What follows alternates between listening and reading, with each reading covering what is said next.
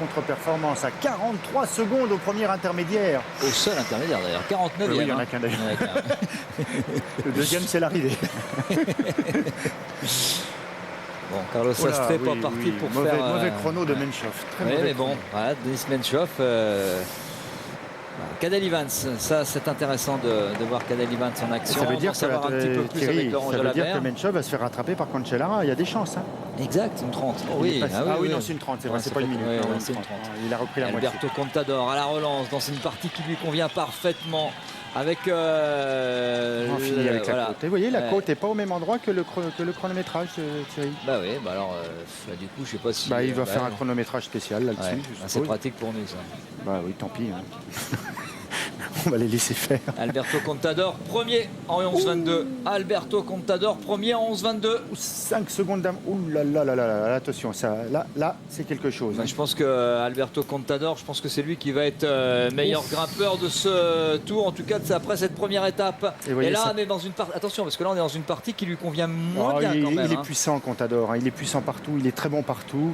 Il est peut-être un peu moins bon en descente, mais c'est un excellent rouleur. Et là, vous savez, quand on vous dit que vous avez 5 secondes d'avance sur Cancellara, etc., c'est pas gagné, bien sûr, mais on est assuré de faire un très bon chrono. Et là, d'un seul coup, je peux vous dire que le mal aux jambes, eh ben, il est moindre. Hein. 19h20 en direct sur France 2. Nous sommes en direct depuis 15h et le départ lancé, le grand départ du Tour à Monaco, lancé par Gérard Rolls avec Ramayad, secrétaire d'État au sport, et le Prince Albert, et un final comme on pouvait l'imaginer. Marc Sergent derrière Cadel Evans. Non, c'est pas Marc Sergent, ça c'est 300 meters.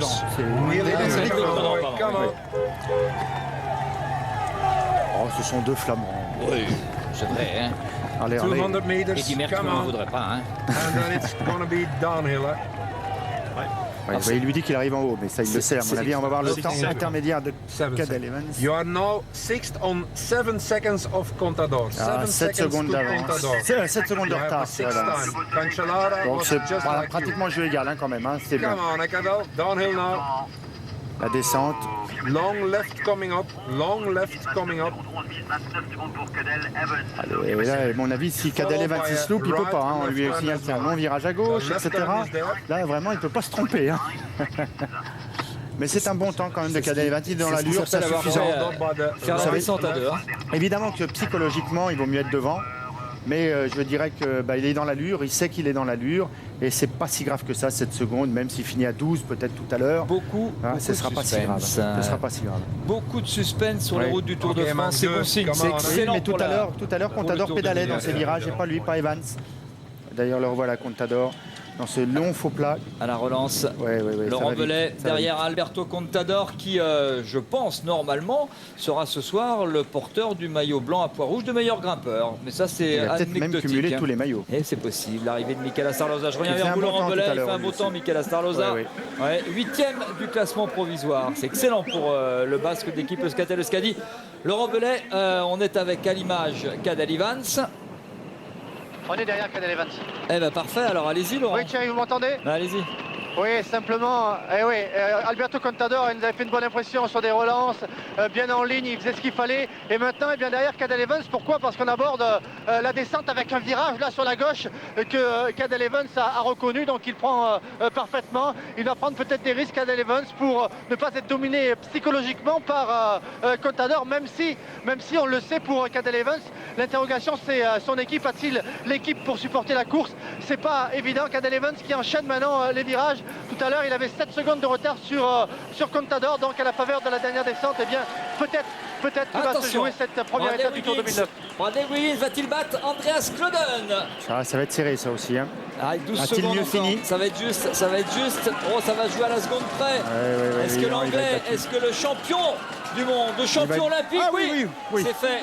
Pour 2 secondes 81, Bradley Wiggins vient de réussir son pari, confirmant ce que disait tout à l'heure son copain David Millar. Pour l'instant, c'est un Anglais qui est en tête. Mais attention, un Suisse ou un Espagnol peut venir le déloger, même un Australien, voire un autre Espagnol. Derrière Fabian Cancellara, ça va vite, Laurent Jalabert.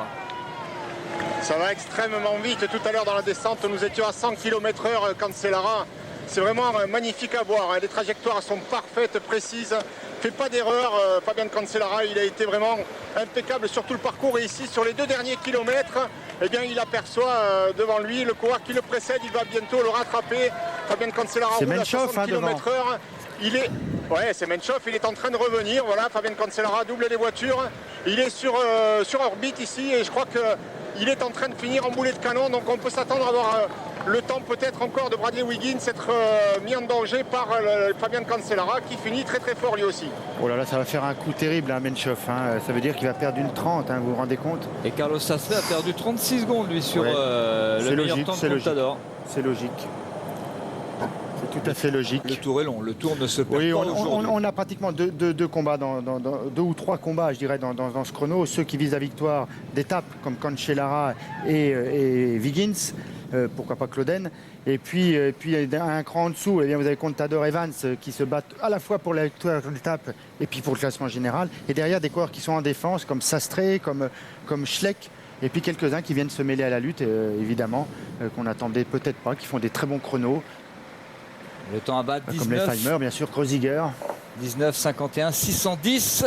Bradley Wiggins, le coureur anglais, le londonien, tellement déçu de ne pas avoir réussi à gagner le prologue à Londres. Est venu se venger peut-être à Monaco. Andreas Clauden pour l'instant est deuxième. Les Feimer troisième. Oh, terrible, et regardez l'image, Cancellara qui rejoint le vainqueur du Tour d'Italie. Denis Menchoff sur 15 km 500. Ça veut dire que Menchoff va perdre plus d'une minute, mais presque une 30, même 30, sur un. Non, mais sur un gars comme Sastre et comme Contador, je veux dire Evans. C'est terrible, c'est terrible. Fabian Cancellara va confirmer. Il va réaliser le meilleur temps, Fabian Cancellara.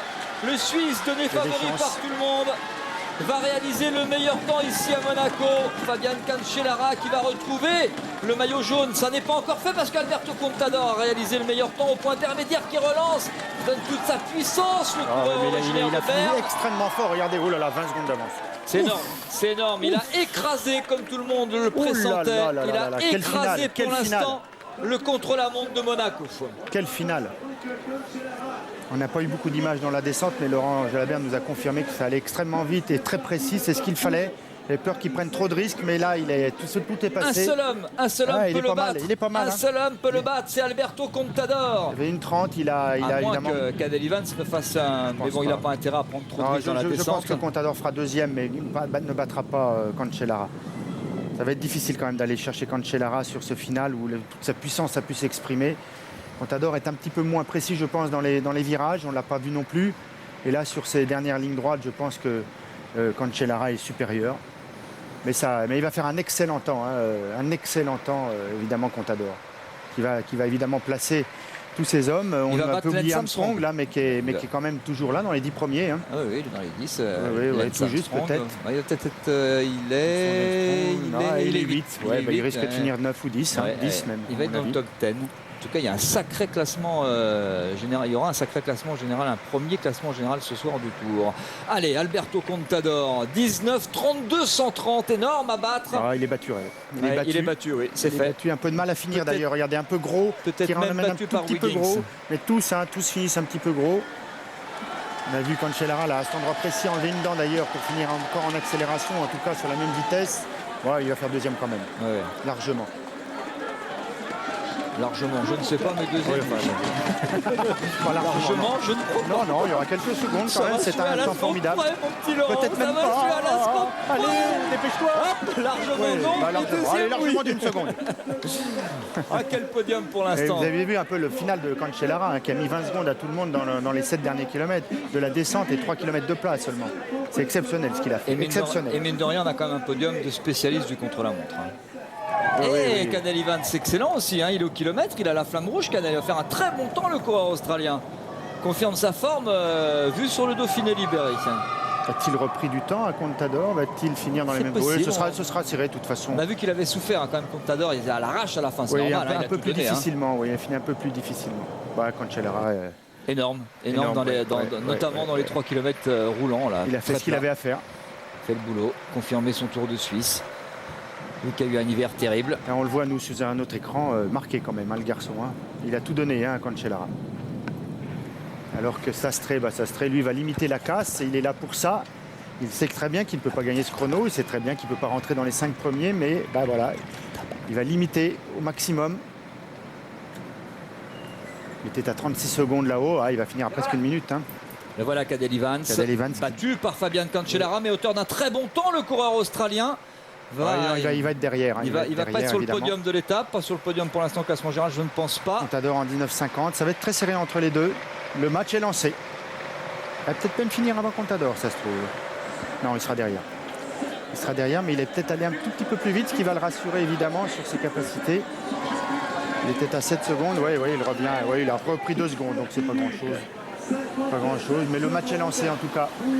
En tout cas, le tour est très très bien lancé parce qu'on a vraiment assisté à un final absolument. On a assisté à un contre-la-montre de grande qualité, plein de suspense.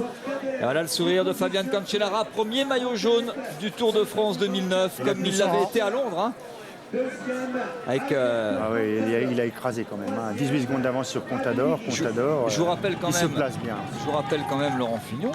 Le classement de la première étape de Londres, c'était un prologue, hein, c'était 7 km 900, 1 Fabian Cancellara, 2 Andreas Klöden, 3 Georgine Capi, 4 Bradley Wiggins. Là, il nous manque qu'une Capi finalement. Eh oui, il nous manque que Mr. George. Et le premier Français avait terminé 10e, c'était Benoît Vaugrenard. Et bien le premier Français aujourd'hui, ce sera Jérôme Coppel.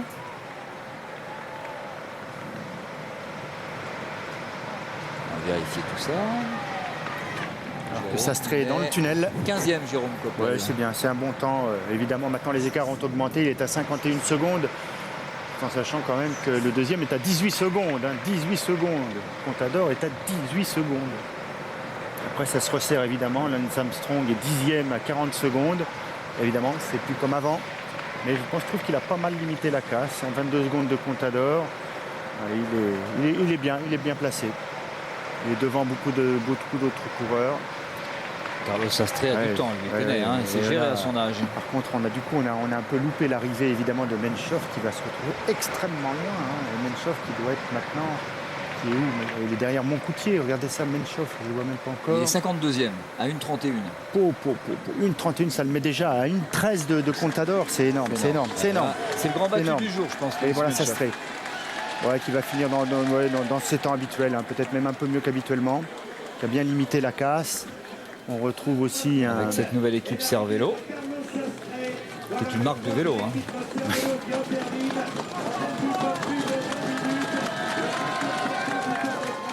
Voilà, 21e Carlos Sastre de cette première étape. Ça le met à peu près 50 secondes, 48 secondes de Contador. Bon, c'est à peu près logique. C'est la logique est respectée de ce côté-là en tout cas. Et Fabian Cancellara, pour la 9e fois de sa vie, va porter un maillot jaune. Il avait été deux jours en jaune sur le Tour 2004. 7 jours en jaune sur le Tour 2007. Donc en fait, 7 et 2, 9, ça fait 10e jour en jaune pour Fabian Cancellara. C'est l'entraînement de l'AS Monaco à Monaco, le stade Louis II. On est sur le stade Louis II. On retrouve aussi un Andy Schleck à 1 minute presque exactement de son coéquipier finalement, de Cancellara. Ça le met quand même déjà à 42 secondes aussi de Sastre. C'est vraiment la limite, l'extrême limite qu'il devait faire. Extrême limite. Et le Suisse ici à Monaco a confirmé.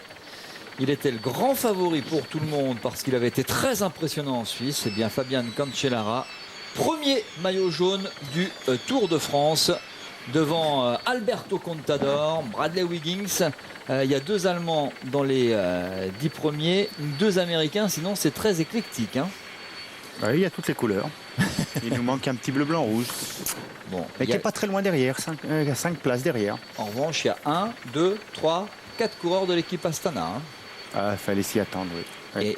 Et encore un coureur de la Saxo Bank devant. C'est toujours, ils sont toujours là quand même, mine de rien. Quand on s'agit de parler de Tour de France, ils sont toujours là. En tout cas, c'est un très beau top 10 avec Lance Armstrong 10e de ce. Et on attendait Kreuziger et Nibali, ils sont là aussi. Ils n'ont pas fait le Tour d'Italie tous les deux. Ils sont là dans les 10 premiers. Il nous manque finalement que Menchov dans ce classement. Menchov qu'on attendait quand même beaucoup mieux, qui est le favori, qui a vraiment tout loupé aujourd'hui. Plus que je dirais que Frank Schleck, même que Andy Schleck qui est à 1 minute. C'est vraiment Menchov qui a vraiment loupé ce chrono, vraiment loupé. Et pour les Français, Jérôme Coppel, 15e à 51 secondes, c'est bien. Sylvain Chavanel, sans doute déçu, c'est vrai, il va être dans le top 10. 16e à 56 secondes. Et Poriol, Rémi, très bien. 20e. Très très bien. Lefebvre aussi, 25e. Laurent Lefebvre, comme toujours. Vaugondi, 27, on ne l'avait pas vu. Christophe Riblon, tout ça, c'est pas mal. Hein. Ouais. On a assisté, on vous avait dit en ouverture de ce direct, de cette première étape, de ces 15 km 500 en contre-la-montre, dans l'effort solitaire. On vous avait dit, on vous avait promis pour le Tour 2009 deux choses. Un tour magique, vu d'hélicoptère. En plus, c'est à la mode, ça marche bien. C'est vrai que ce tour est très bien dessiné, très joli. Et puis on vous a promis beaucoup de suspense sur la route du Tour. Et je crois que d'entrée de jeu, les 15 km 500 nous ont offert une très belle course, très belle première étape, même si finalement, eh bien, le grand favori annoncé, Fabian Cancellara, s'impose devant Alberto Contador, ancien champion de Suisse, ancien champion du monde du contre-la-montre. Oui, on n'a pas eu tant de surprises que ça finalement. Hein. Je dirais, vraiment la seule, c'est Menchov qui me surprend dans le mauvais sens du terme, évidemment. Dans le mauvais sens, dans la mesure où il finit très très loin, à 1:30 de Cancellara, donc déjà plus d'une minute de perdu sur les principaux favoris. Ça va être compliqué pour lui, compliqué. Voilà, on le voit là derrière d'ailleurs, arrivé, il doit se dire oh là là. Ah, j'ai pris un éclat. C'est sûr qu'il doit se dire que Cancellara gagne, mais quand même une 30. J'ai pris une 30. J'ai pris une 31. Une 32, ouais. 31, j'ai pris. 31, ouais. Ça fait cher à l'arrivée. C'est énorme.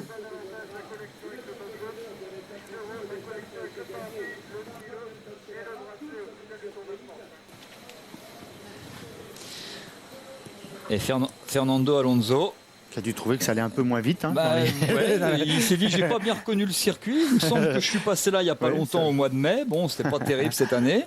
Mais bon, Fernando Alonso avec sa jeune fiancée. T'es sûr? Bon, je crois, oui. Ouais. Je sais pas, je suis pas spécialiste de F1, moi. J'essaye de spécialiser dans le vélo. Là, j'ai un peu de bateau en dessous.